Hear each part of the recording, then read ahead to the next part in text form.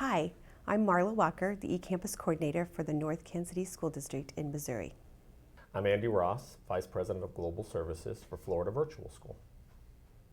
Hi, I'm John Canuel. I'm the Executive Director for Educational Technology Services for Jefferson County Public Schools.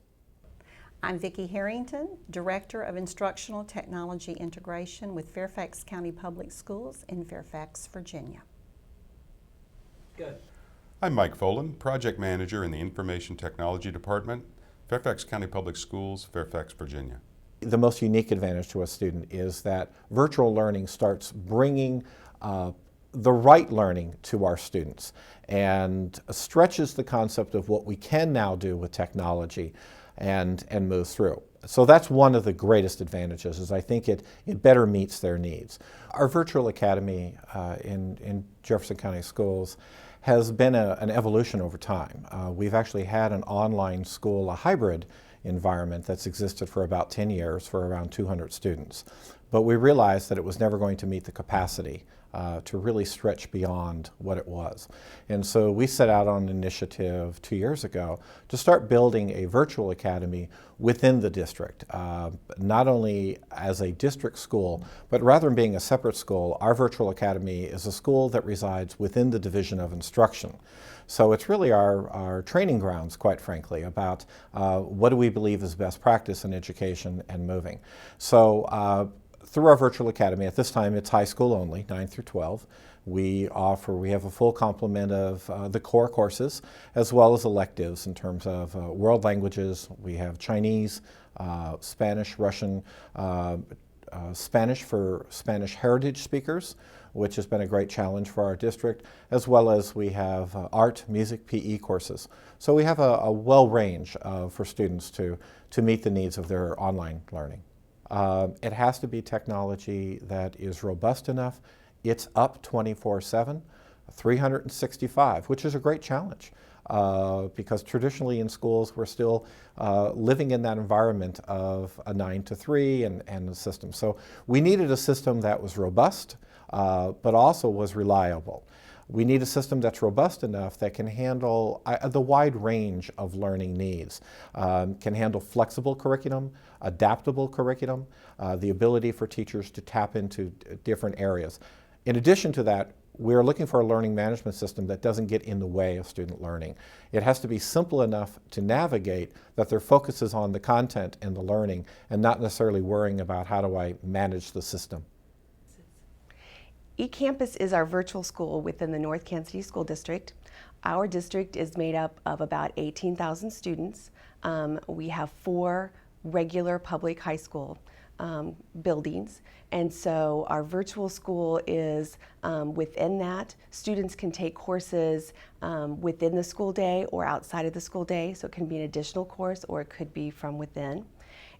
Well, I think one of the things that I've seen is some of the efficiencies for some of our students. We have a number of students with our online campus, the FCPS online campus, who actually are in need of advanced mathematics courses, middle school or even younger students who are ready for Algebra 1, Algebra 2, and even beyond.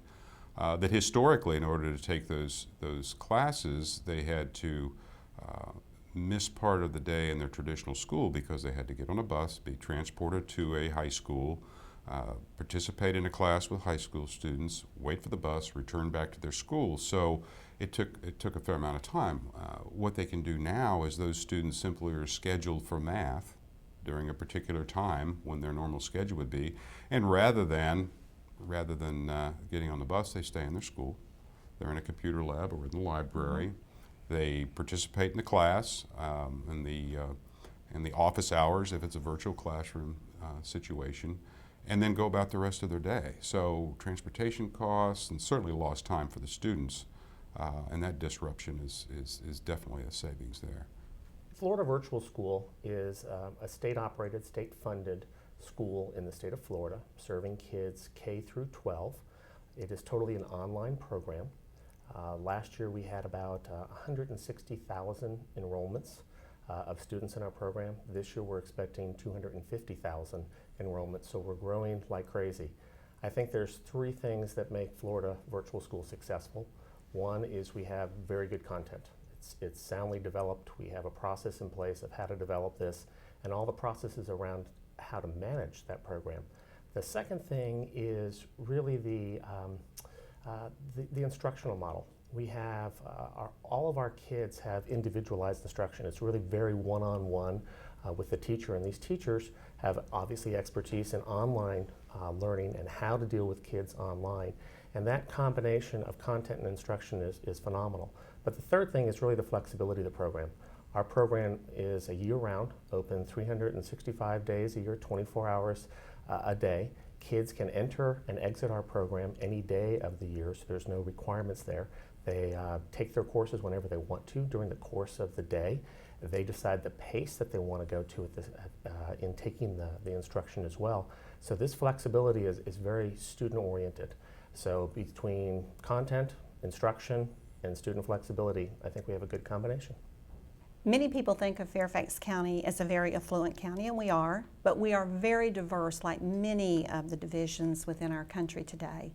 We have a lot of different languages spoken in our school. We have a lot of different students that come to us for education, and we believe that our online learning and that delivering instruction through our FCPS 24/7 and using technology to help us reach students in a lot of different ways is a way for us to address the many diverse needs that we have within our division.